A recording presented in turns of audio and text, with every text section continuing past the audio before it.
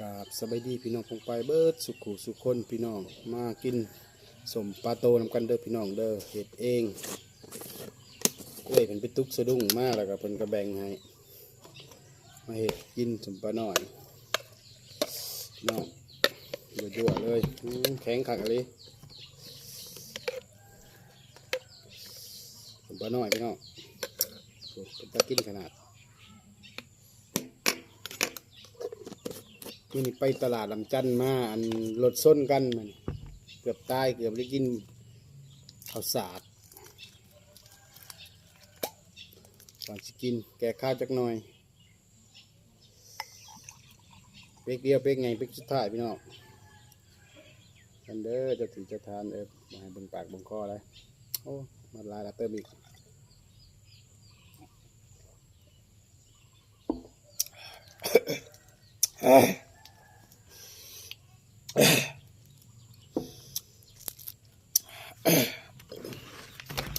เขามันหอดไหมวะเต็มติ๊บพอขึ้นแล้วไป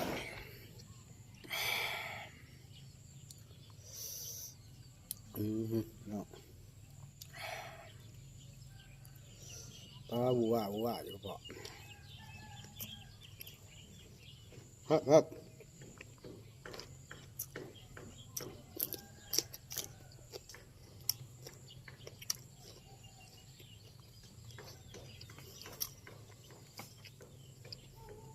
บอกข้าว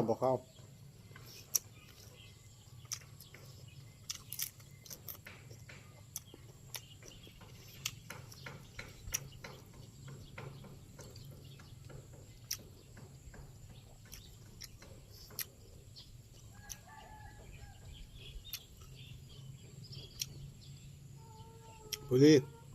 ผสมบ่นะสมพอดี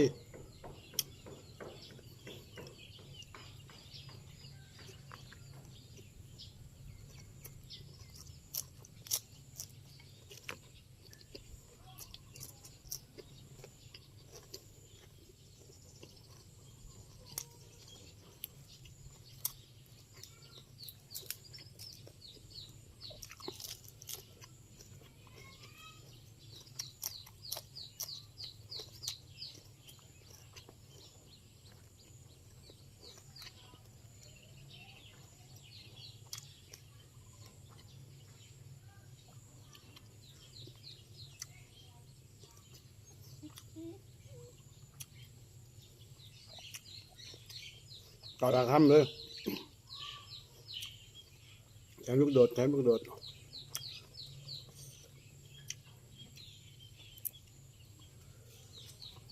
อาใส่ลูกโดดพี่น้อง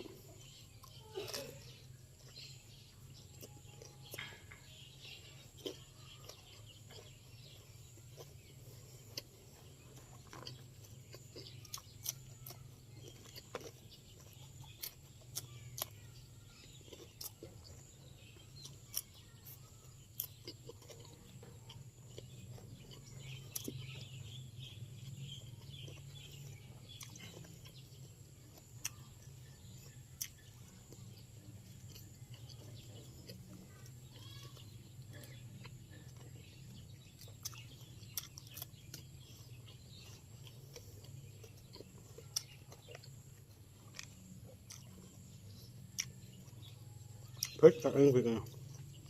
พริกธรรมชาติ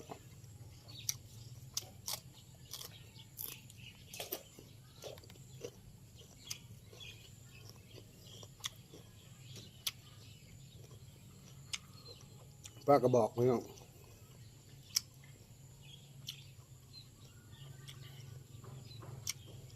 แข็งปึบเลย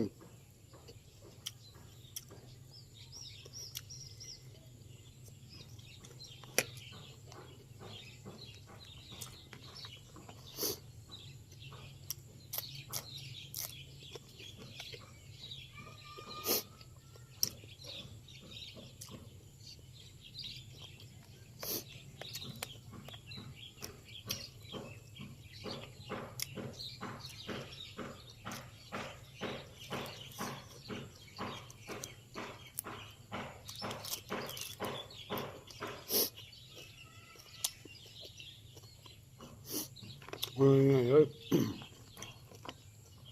น้อยๆประสาทใจ